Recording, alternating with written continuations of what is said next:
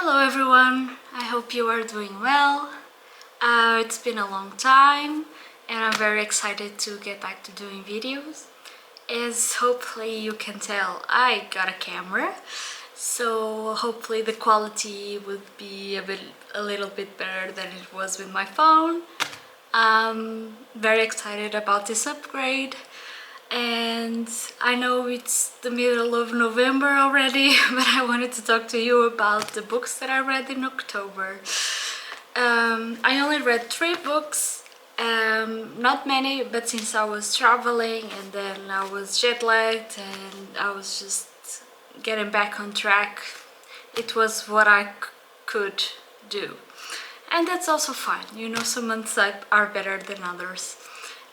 The first book that I read this month was Intermezzo by Sally Rooney. I was so excited about this book. I can't even tell you, like, since I've been on a book buying ban, I was a little bit worried because I really wanted to read this book, but I also didn't want to break the ban. So my friends very kindly gifted this book to me and I could read it almost when it came out, and it was everything I hoped it would be. It was 5 stars for me. I started it after I arrived in Japan, and then I didn't read much during the trip, and I finished it on the plane back to Portugal. So it's like it bookended my trip, so that was really nice. Okay, so I'm still getting used to this camera and for some reason it decided to cut me off and I have to restart. Okay, so this is an ongoing process. I believe Sally Rooney is great at creating characters that to me feel like actual people that I met, and I felt really emotional by the time I ended it because I was saying goodbye to characters that I felt like were people that I knew and now they're gone and I can't be a part of their lives anymore, and that really touched me. I think it's one of the best things from reading is creating a connection with characters that are so different from you. You probably already know a lot about this book because everyone was reading it, but she did something different by having 2 principal male characters, but in my opinion I saw some Goodreads reviews that had the opposite perspective that I had, but in my opinion the female characters surrounding the male protagonists are super important, very different from each other, and I feel like I also know them even though I'm seeing them through the main character's eyes, and so you don't get access to everything, but you can really read between the lines of what they say, the decisions that they make, that something else is going on, and that they're just very well-rounded, creative characters. I don't want to spoil anything, so I won't get much more in depth than this. The writing is excellent as ever, at least to me. People complain about the way she punctuates her dialogue, but to me Saramago is my favorite writer. I'm more than used to different ways to use punctuation, and I really never feel lost in her writing. I always know who is saying who is saying what. When it's something spoken, something thought, I really feel like to me it's accessible and that I get a lot from her writing.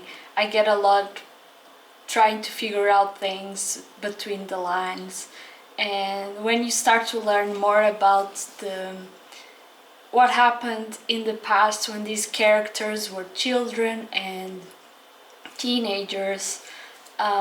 It's really interesting and puts everything in perspective.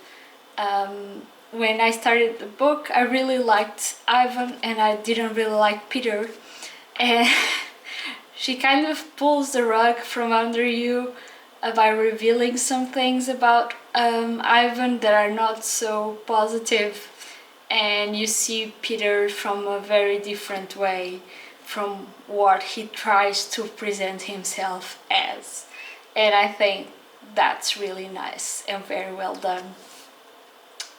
So my allegiances to the characters changed a lot throughout my reading, which was very intensive. I read most of the book in one go on the plane, so I really felt all the emotions, and I thought I was going to cry at some point. I really thought there's some very emotional and beautiful scenes where people are just very fragile and tender with each other and show they bare their hearts, they show their greatest insecurities. And so I think it's a very beautiful book, honestly. I just feel it's a very beautiful story, and I really liked how it ended, and so I was very, very satisfied with it. Afterwards, I decided to traumatize myself, and so I took a look at my bookshelf and the Japanese authors that I had, and I saw that I had Uzumaki by Junji Ito. I have read by Junji Ito before. It was a terrifying experience. I genuinely thought that just looking at drawings on a page could not affect me a lot, but I was very wrong, and I really felt sick to my stomach in some of those stories that I read from the collection Shiver. And I knew that Uzumaki is like his magnum opus, one of his most famous works, and so I really wanted to check it out, and I read it in one go. Here it says spiral into horror, and I feel that's exactly what happened to me. Uzumaki is basically a story about a town that gets obsessed with spirals. And I know when I say that, for those of you not familiar with Junji Ito, it may sound a little silly. It's not. There's some silly things that happen, but they're also kind of gross and horrifying. So I think they feel their purpose. And it's very psychological, because when you get into it, when you're stuck in the story for hours and just let yourself be entranced by it, you get it. I felt like I was in the spiral as well. Reading it was like falling into the center, going towards the center of a huge spiral of desperation, and just feeling like there was nothing you could do to change the outcome. And he also uses spirals in very creative ways. Some of them are it is explored in some of the most obvious things that you might think of when you think of what is a spiral, or spirals around us. But there's also some very creative choices to include spirals in these stories. And I really like the artwork. I think, let's see if I can show you something that is not very spoilery. Like, I think the drawings are beautiful, like they're horrifying, but they're also very beautiful. I really like his art style. So this was a very interesting experience. I thoroughly enjoyed it, and I do want to read more from Junji Ito, definitely. Finally, I read Milkman by Anna Burns. I've had this book for a really long time, and so I thought it was time to finally read it. and it was an experience. Not always a pleasant one, and I wasn't sure if I was enjoying it. Like halfway through, I was still not sure what my feelings were, if they were positive or negative, because you're always in the main character's head, and it's very a stream of consciousness. So you're always following what she's thinking, and she thinks in a way that's very it's like a spiral. Like maybe it's in my head because I'm talking about Uzumaki, but she spirals very quickly. Something happens and she's thinking 3 steps ahead of what will happen next, of how this will affect her life. She lives in an unnamed town. We don't know exactly what town it is, but we know it's in Northern Ireland during the time of the Troubles. So there's a huge conflict between the Protestants and the Catholics. And she never says this explicitly. She says the other side, the other ones, our side. So you know there's a conflict. If you know some of the history, or if you research it, you'll know what she's talking about. But it's never explicitly said, and that to me was great because it felt more like how people would speak during a conflict like this.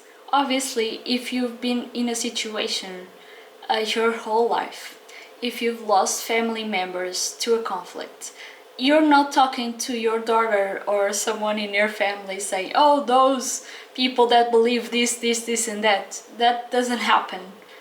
Things are half said, always half spoken, and using subterfuges and other ways to say what they mean.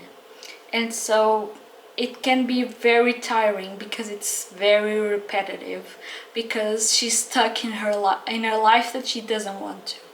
She is implicated in things that she doesn't want to be in, but she has no choice because of where she was born. She doesn't really have any choice on what happens in her life, and so she finds ways to escape this. But since we are in her head, we know she's not escaping at all, and that the way she's not taking action is taking action in itself.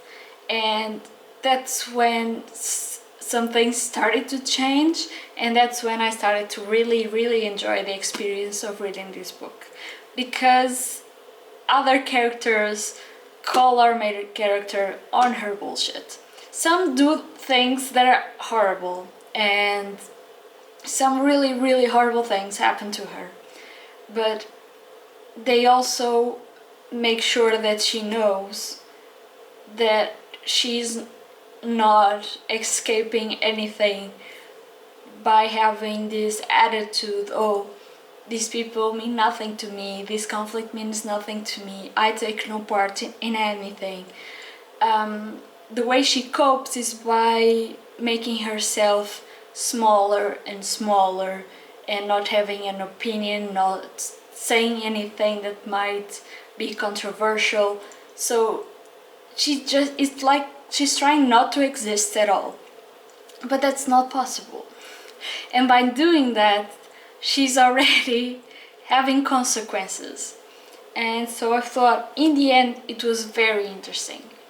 The book had a goal, a purpose, and it followed through on it, and I respect it a lot. I don't know if I would recommend it necessarily unless you're interested in the topic and the way the character is written and approached, but it's not an easy book to read. Like, I can show you, like, there's barely any breaks. Like, it's like a constant sentence going and going and going. So if you're trapped in your own head a lot of the time, this is what it feels like for the most part. So it can be a bit triggering and a bit exhausting. Okay, so I have this quote that I would like to read to you, so you get a feeling of what the book is like. Excellent, well done. Successfully I am fooling them in that they do not know who I am, or what I'm thinking, or what I'm feeling. Now began itself to doubt I was even there. Just admit it, it said. Where is our reaction? We were having a privately expressed reaction, but now we're not having it. Where is it?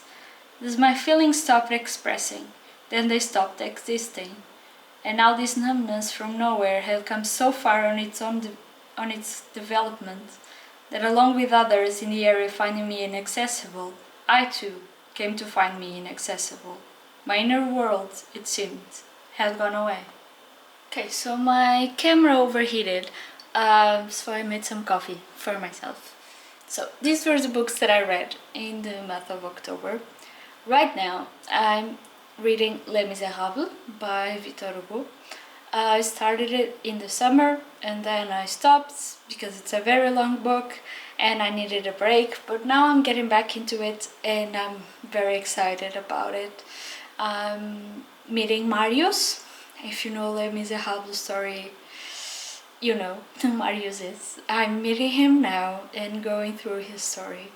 And I think Victor Hugo is really good at writing characters and just an excellent writer.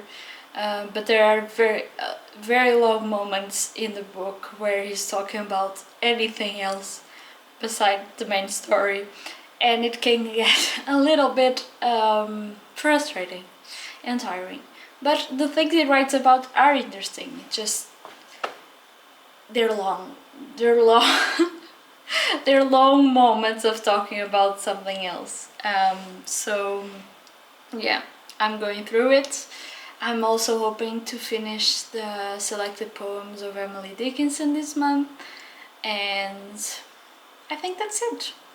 So it's really nice talking to you guys. I miss doing this, and hopefully I'll get back to doing it weekly, but if I can't, at least every 2 weeks I hope to make a video now. So see you soon. Bye.